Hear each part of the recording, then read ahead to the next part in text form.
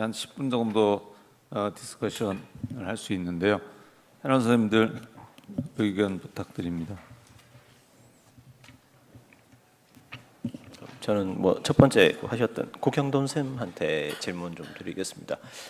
이제 케이스가 한 400 아까 몇십 개 하셨으니까 저보다는 경험이 한 3배 정도 많으시니까 이제 여러 가지 이제 심플한 케이스 하나 보여주셨고 이제 컴플리케이티드 케이스 보여주셨는데 이제 두 번째 케이스 같으면 벌룬했을 때 칼슘 라페 쪽이 거의 이제 안 움직이면서 한쪽이 조금 약간 이제 아마 사피엔 들어가면 좀 그렇게 될 거라고 좀 예상이 되는데 사실 이제 저희가 현실적으로는 본론하고 나서 이제 밸브를 초이스할 수 있으면 이제 어떤 선택의 기로가 있겠지만 할 수 없으니까 이제 그렇게 진행되는 것 같은데 만약에 이제 선생님 생각하시는 본론했을 때 난 요랬으면 좀 셀프 익스펜더블로 넘어갔으면 좋겠다 이렇게 생각하신 이제 그런 부분이 있을 수 있는지 그게 궁금하고요. 두 번째는 아까 칼슘 이제 퀀티피케이션이 중요하다라고 저도 이제 최근에 이제 리포트 받는 걸 보다 보니까 이게 예전보다 되게 칼슘량을 좀 적게 정말 이제 시리어스한 부분만 메저해 주니까 저희가 이제 언더에스티메이션 하다가 깜짝 놀라는 경우가 있는데 이제 모든 케이스 일일이 그렇게 이제 기준 맞춰서 하시는지 그 두 가지 질문 드리겠습니다. 네, 그 첫 번째 질문은 잘 모르겠습니다. 첫 번째 질문은 왜냐하면 이게 벌룬에서 칼슘 비헤이비어를 보고 거기서 디시전을 바꾼다는 게 사실 굉장히 어려운 일이라 생각하고요. 저는 결국은 타비를 하지 않을 거냐 할 거냐는 저는 CT 리뷰를 보고 판단을 하긴 합니다. 그리고 아까 그 케이스에 있어서는 그 프리딜레이션 마지막 거를 제가 짧게 보여드렸긴 했는데 NR 칼슘이 사이너스 쪽으로 잘 움직여지는 모습을 제가 봤었거든요.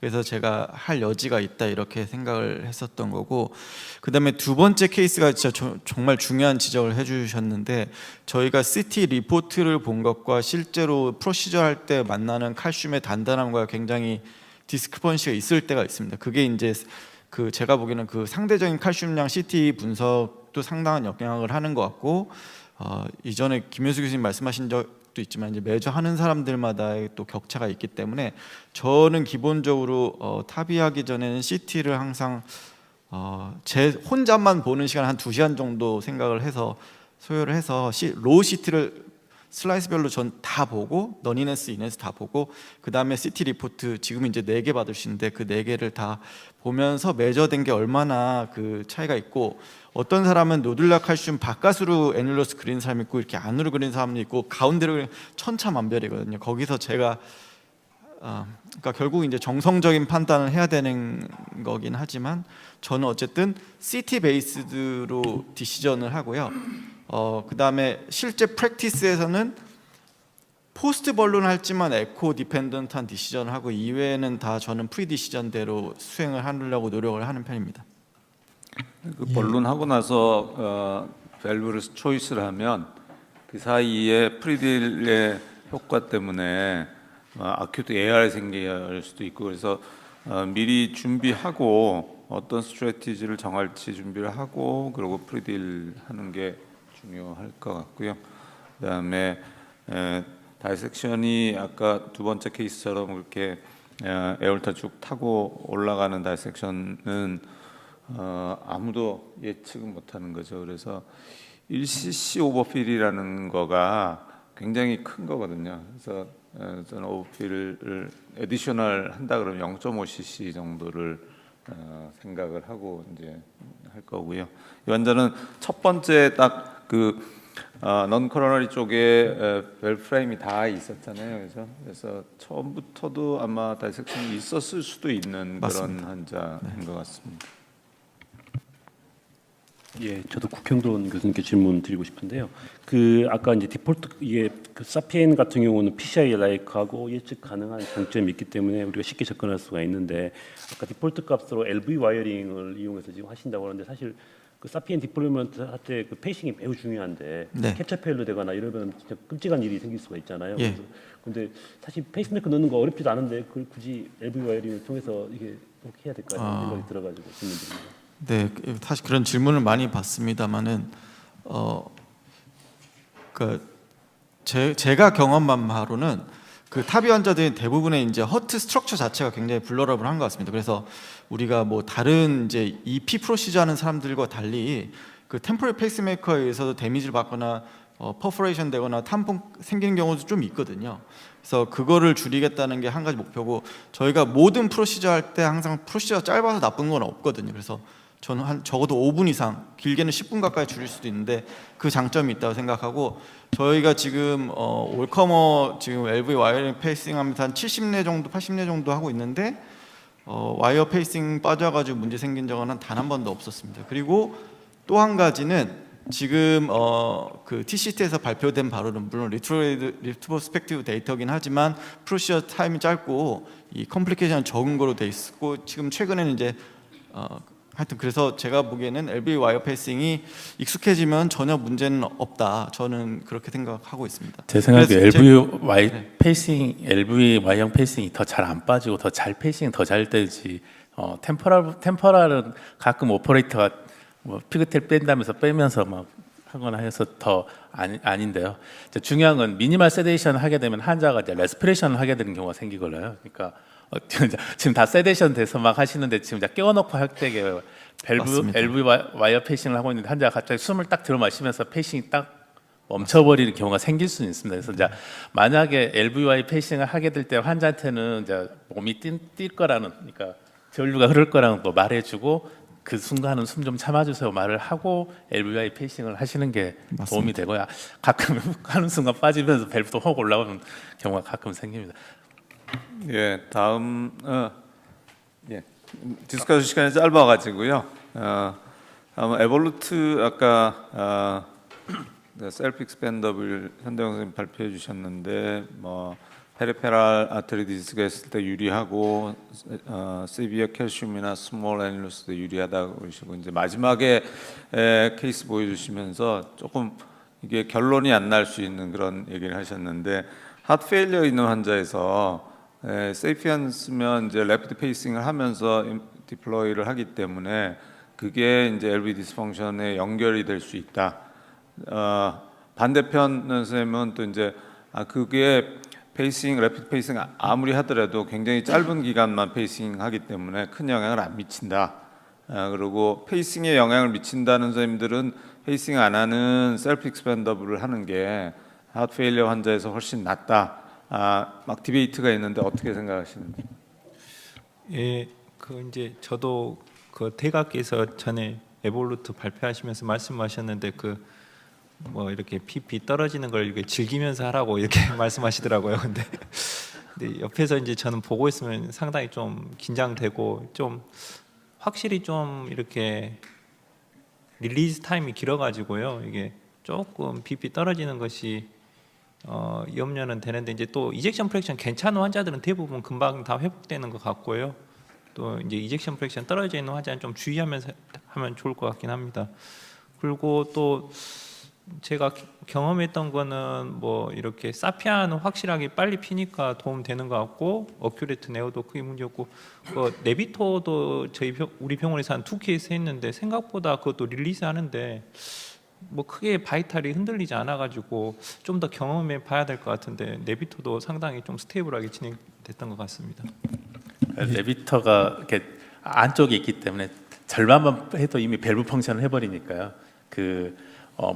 메트로닉 시스템에서 쭉 해서 밸브 펑션 할 때까지 기다리는 시간보다는 훨씬 짧은 시간에 바로 그냥 펑션을 하게 되니까 뭐 리커버리 되기는 쉬울 수는 있을 겁니다. 다만 이제 잘 안 펴지면 이제 또 상황은 더 복잡해지고요. 네, 현대영 선생님 아까 두 번째 케이스 하실 때요. 사실 저희가 메트로닉 거를 할 때는 피그테일의 위치만 보고 보통 릴리즈를 거의 다 하고 난 다음에 밸브 펑션 한 다음에 이제 테스트를 하는 게 일반적인 것 같은데, 선생님 보면은 이제 혈압이 떨어지는데도 계속 테스트를 중간중간에 하시는 모습을 봤는데, 혹시 그 피그테일 위치를 별로 신경을 안 쓰시는 건지, 아니면 그냥 테스트를 해서 다이의 위치를 주로 타겟으로 하시는 건지 좀 궁금한데. 제가 대답해야 할 것 같은데 뭐 저는 그냥 테스트 계속 하면서 위치 파악하면서 밸브 위치가 가장 중요하다고 생각해서요.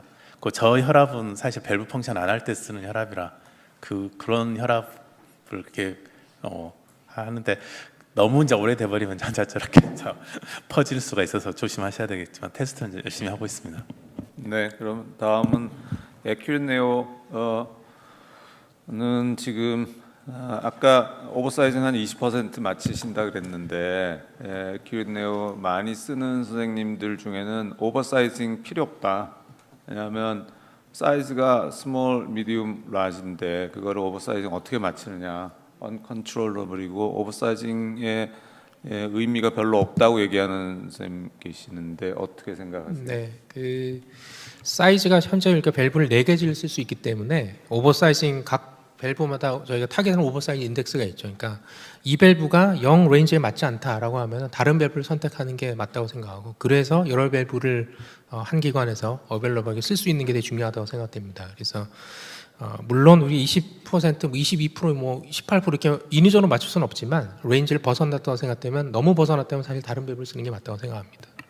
아까 그 헤모다이너 언스테이블리티에 대한 내용이 있었는데 제가 봤을 때 어큐리 네오가 헤모다이너 언스테이블을 하는 점에서 가장 좋은 밸브인 것 같습니다. 이게 밸브가 어퍼 크라운 펴고 로우 크라운 펼 때까지는 네오티 밸브 계속 기능을 하고 있기 때문에 혈압이 많이 떨어지지 않거든요. 세컨 스테이지는 금방 끝나기 때문에 안정적이고, 페이싱 한 180회를 세피아노로 해야 되는데 그게 워낙 1사전, 2사전 5초까지 충분히 하도록 된 게 원칙이죠. 근데 이거는 어큐리 네오 같은 프리빌리테이션 하지만 그렇게 오랫동안 벌룬하지 않기 때문에 랩트 페이싱이 아주 길진 않아서 그런 장점이 있는 것 같습니다. 선생님, 근데 그 마지막 팝업 때는 마지막 팍 풀 때 살짝 올라가기도 하고 안 올라가기도 하고 할 때 네. 이게 좀 예측 불가능하기도 하고 좀 올라가는 것 때문에, 그래서 이제 약간 데비에이션 될 만큼 와이어가 그래도 커버죠. 데비에이션 될 만큼 조금 지그시 누르면서 하는 게 맞긴 하고요. 완전히 팍 튀어서 파업되지는 않는 것 같은데, 오히려 너무 세게 누르면은 칼슘이 심하지 않은 사람한테 쑥 들어가 버리면 그건 상당히 문제입니다. 리트로브가 안 되는 밸브이기 때문에. 그래서 오히려 약간 올라가는 거는 큰 문제가 안 될 수 있는데 연결해서 아래쪽으로 내려가면 정말 위험하기 때문에 그렇진 않은 게 필요한 것 같고, 그런 것들은 각 밸브마다의 독특한 고유의 컴플리케이션들, 극복해서 아주 심각한 컴플리케이션이 있기 때문에 그거는 각 밸브마다 그런 특성을 이해할 필요는 있다고 생각합니다. 네, 감사합니다. 그 아주 커스브 오리엔테이션을 제일 잘 맞출 수 있다는 장점을 갖고 있고, 아까 그 튀어 오르는 건 어퍼 크라운하고 밸브의 위치를 잘 맞추시고 미는 힘을 주시면 위로 튀지는 않을 것 같습니다. 마지막 나비토 황병희 선생님, 아까 저기 기본 보여주셨는데 나비토가 이게 완전히 동그랗게 안 펴지고 삐딱하게 펴졌는데도 밸브가 펑션을 잘한다. 그게 실제로 정말 리얼 클리니컬 프랙티스에서 있을 수 있는 건지, 그리고 그걸 동그랗게 펴지 않고 놔두면 인트라이놀라 밸브인데 밸브의 코앱테이션에 문제가 돼서 나중에 듀러빌리티 문제 생길 수 있는 거 아닌가요? 어떻게 생각하시는지? 저도 교수님 의견에 100% 동의합니다. 근데 회사 측에서 이게 그렇다고 하니까 저도 이렇게 슬라이드를 저럴 수 있나라면서 정확히 보여드리긴 했는데요. 근데 아마 그게 뭐가 문제냐면, 이게 셀이 넓으니까 지금 저희 케이스에서는 호주 선생님이 그걸 할 필요가 없다 해서 안 했는데, 두 번째, 세 번째 케이스는 아레오 크라니얼로 보면 이렇게 셀이 원형으로 보면서 펴진 게 2개가 이렇게 붙어 있으면 이게 완전히 펴진 게 아니라서 그걸 보라고 돼 있습니다. 근데 첫 번째 케이스 호준 선생님 그 얘기 안 해서 저희는 보지는 않았고요. 근데 그렇게 돼도 괜찮다라는 얘기를 아마 회사에선 얘기하고 싶은 것 같고요. 그런 일이 생기지 않도록 프리다일레이션을 충분히 해줘서 잘 펴지도록 만들어라라는 게 가장 중요한 것 같습니다. 이렇게 넌 유니폼 되게 돼 있을 때 제일 큰 문제가 나중에 튈 수 있어서 그런 거잖아요. 그래서 넌 유니폼에서 데이터는 대가하는 선생님은 미리 각도를 CT에서 메저먼트해서 풀고 나서 어떤 각도에서 보는 게 넌 유니폼을 제일 볼 수 있는가, 그래서 아래로 최대한 늘 거냐 아니면 아래로 돌려놓을 거냐 해서 그 타원형 만들고 거기서 이제 좀 덜 하는 것을 좀 찾는 각도를 미리 알아놓고 들어가는 게 편하다고들 하시더라고요. 김인호 선생님. 예, 그래서 그 믿거나 말거나 스토리지 않습니까? 우리가 이제 핀휠 피나미난, 이게 밸브 레벨에서 라운드 쉐이프를 구현해야지 3 플랫가 딱 밸런스 코옵테이션 되는데, 이게 일립티컬한데 괜찮나 그러는데, 일단 에봇 바스큘라는 그 일립티컬한 상황에서 벤치 테스트를 엄청나게 했다. 그래서 핀 휠 피나멘은 있어도 듀라빌리티 아무 문제 없다라고 들이대니까 사실 우리가 그 전까지는 뭐 핀 휠 피나멘이 있으면 안 좋을 것이다라고 막연하게 상식적으로 생각했는데 에버드 측에서는 벤치 테스트 해보니까 아무 문제 없더라. 그렇게 해가지고 저렇게 나오는 것 같은데 우리 그동안 믿었던 상식이 아마 벤치 테스트에서 이제 부정되는 것 같은데 모르겠습니다. 나비토의 불편한 점은 제가 느끼기에는 이게 NC 쪽에 칼슘이 많고 그 다음에 비거 밸브를 넣게 되면은 이게 물려가지고 익스펜션이 유니폼하게 되잖아요. non 유니폼 익스펜션을 확인한답시고 계속 돌려가면서 하는데 뎁스는 좋은데 NU가 있다. 그럼 리캡처해야 되거든요. 한번 리캡처하면 그 다음에 유니폼하게 되기 때문에 항상 리캡처를 하는 경우가 많은데 그럼 NU 있으면 어떻노? 했더니 아까 김주환 씨 이야기처럼 파이널 릴리스 할 때 뭔가 한쪽이 덜 펴져 있다가 갑자기 펴지기 때문에 무브먼트가 생길 수가 있고 그게 위험해가지고 그 귀찮은 리캡처를 계속 해야 되는데 에볼루트하고 달리 나비토는 리캡처 속도가 굉장히 느려요. 그래가지고 헤모다이내미컬이 상당히 언스테이블해집니다. 그래서 저희들 조윤정 교수가 마취를 항상 해주시는데 4개 중에서 나비토가 혈압을 유지하기가 제일 어렵다. 뭐가 제일 좋노 했더니 에큐리티가 제일 쉽다. 그래요. 그래서 하여튼 나비토가 그렇게 만만치 않다라는 걸 느끼고 있습니다. 예, 감사합니다. 그 아주 좋은 케이스들을 내 회사 케이스를 다 잘 보여주셨고 시간이 없는 관계로 디스커션 늦었지만 어쨌든 이번 세션 이것으로 마치도록 하겠습니다. 광고 사항인데요. 방금 들었던 내용을 회사별로 또 광고를 아니 또 프레젠테이션을 옆방에서 또 하시게 됩니다. 그래서 뭐 방금 들었던 게 또 궁금하시면 옆방 가셔서 회사에서 발표하는 4개의 밸브에 대해서 들으셔도 좋을 것 같습니다. 이상 마치도록 하겠습니다.